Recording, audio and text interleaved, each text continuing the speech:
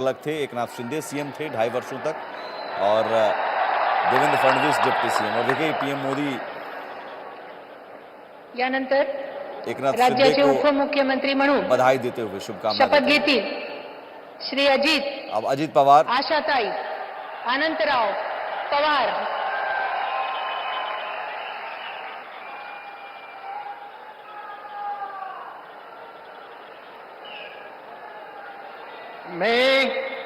मी अजित आशाताई अनंतराव पवार गांभीर्यपूर्वक प्रतिज्ञा करतो की कायद्याद्वारे स्थापित झाले आहे अशा भारताच्या संविधानाबद्दल मी खरी श्रद्धा व निष्ठा बाळगीन।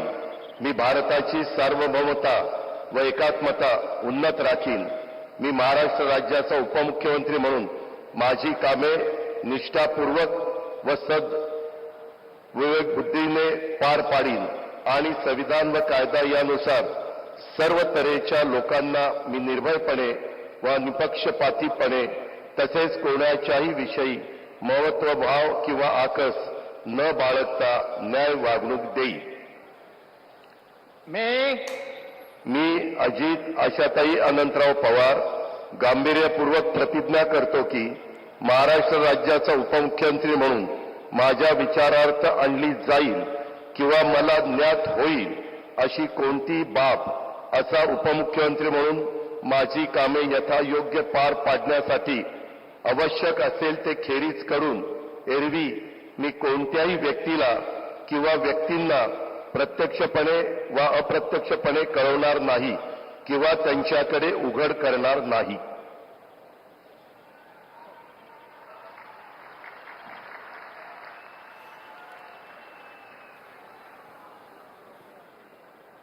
अजित पवार ने भी डिप्टी सीएम पद की शपथ ले ली और छठी बार डिप्टी सीएम बने हैं। और ये एक अलग इसमें जानकारी ये भी है कि ये सभी सरकारों में डिप्टी सीएम रहे, महायुति के भी, महाविकास आघाड़ी में भी।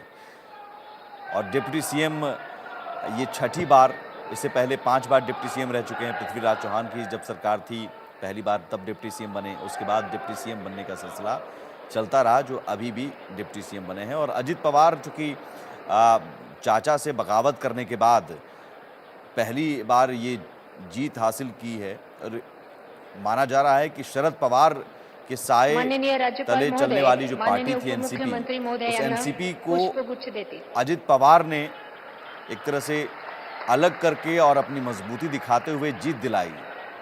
तो ये माना गया कि अब असली एनसीपी अजित पवार और भतीजे का युग शुरू हो गया, चाचा का युग खत्म हो गया। जैसा कि आलोक मेहता जी हमारे साथ जुड़े हुए वो भी बता रहे थे कि ये 5:30 बजे का वक्त जो है ये अवसान का होता है, सूर्य अस्त का होता है, तो कि शरद पवार का जो युग था वो भी खत्म हो गया।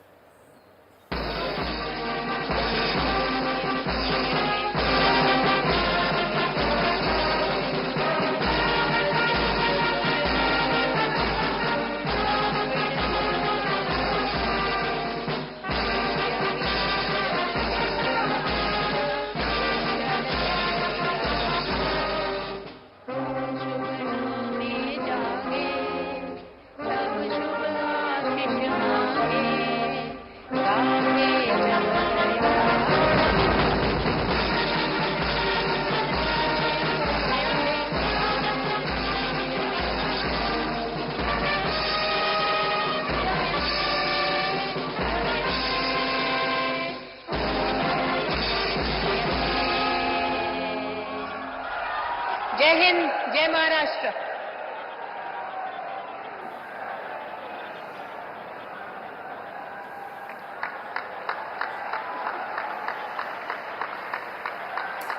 और अब पीएम मोदी लोगों का अभिवादन स्वीकार करते हुए, चूँकि जब आए थे तो मोदी मोदी के ही नारे लगे थे और वहाँ अब यहाँ से अब विदा लेंगे पीएम मोदी, तो उससे पहले लोगों का अभिवादन स्वीकार करते हुए। और देखिए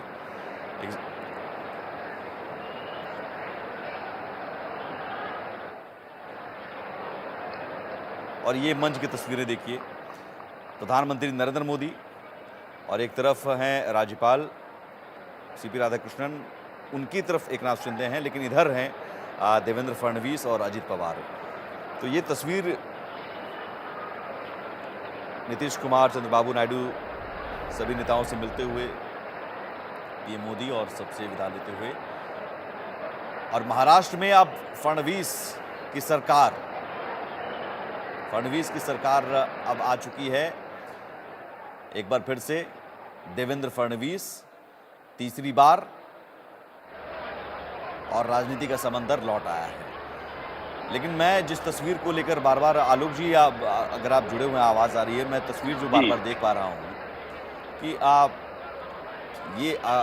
कितना इसमें बेहतर बता सकते हैं कि अभी भी तस्वीर जो देखी, पीएम मोदी के एक तरफ एकनाथ शिंदे और दूसरी तरफ अभी फोटो सेशन भी हो रहा था, तो उसमें देवेंद्र फडणवीस और अजीत पवार एक तरफ नजर आ रहे हैं।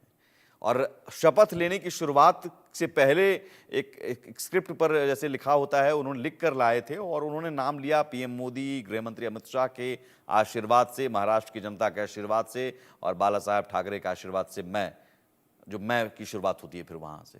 क्या देखते हैं, कैसे देखते हैं? सुमित जी, ये बात आपकी सही है। जितना उन्होंने एक तरह से, जिस तरह उसे मुख्यमंत्री बनवाया था प्रधानमंत्री नरेंद्र मोदी और चाणक्य कहे जाने वाले अमित शाह जी ने, उनके जो वायदा चुनाव से पहले किया गया था वो पूरा हुआ, और जो उनसे अपेक्षा थी कि वो भी जितना अच्छा बहुमत ला सकते हैं शिंदे, वो लाए। इसलिए उन्होंने प्रधानमंत्री नरेंद्र मोदी का वो चाहते, तो उन्होंने बाला साहब ठाकरे का भी नाम लिया, ऐसा नहीं है। हाँ, उनसे उद्धव शुरुआत हुई। ठाकरे की विरासत आप देखिए, हाँ, ऐसा नहीं। हाँ, इसलिए मैं कहता हूं कि उन्होंने अपने संस्कार, अपनी चीजें नहीं छोड़ी, ये ठीक है। जैसे मैंने कई बार आपसे कहा है कि पार्टी के अध्यक्ष यदि कभी जगजोर राम रहे, उनके अंडर में इंदिरा गांधी रही, कई कितने मंत्री रहे, नारायण तिवारी नरसिंह राव से सीनियर रहे या उसके आसपास रहे, तो ऐसे वो उनके अंडर में काम किए। तो मुझे लगता है कि राजनीति को जो समझता हो, और गठबंधन में तो और भी ज्यादा मजबूरियां होती हैं, इस दृष्टि से ये जो दृश्य आपने देखा, और इसीलिए देखिए एक तरफ उनको बिठाया गया, जो शुरू में भी आपने चर्चा की, बाद में भी ये है कि भाई शिंदे तो उनके अपने हैं ही, अजीत पवार को ये नहीं लगना चाहिए कि हम बाहर के हैं। अजीत पवार उस तरह से, उसी विचारधारा से, जहां एकदम बिल्कुल एक्सट्रीम, जो अभी हमारे कांग्रेस के मित्र भी कह रहे थे, खाली मुस्लिम के आधार पर हमें वोट मिले, हमें आरक्षण पर मिले, इसके बजाय उन्होंने कहा नहीं, मुस्लिम सब लोग होंगे वोट लेने के लिए। बल्कि आपने ध्यान नहीं दिया, शायद हमने चर्चा शुरू में नहीं की, जब वो पूछ रहे थे कि कौन वहां महिलाएं जिनको आज क्या लाडली बहना, मुझे जो मैंने कहीं और इस पर देखा था, अपने यहाँ भी हो सकता है थोड़ा दिखाया गया हो, स्पेशली उनका एक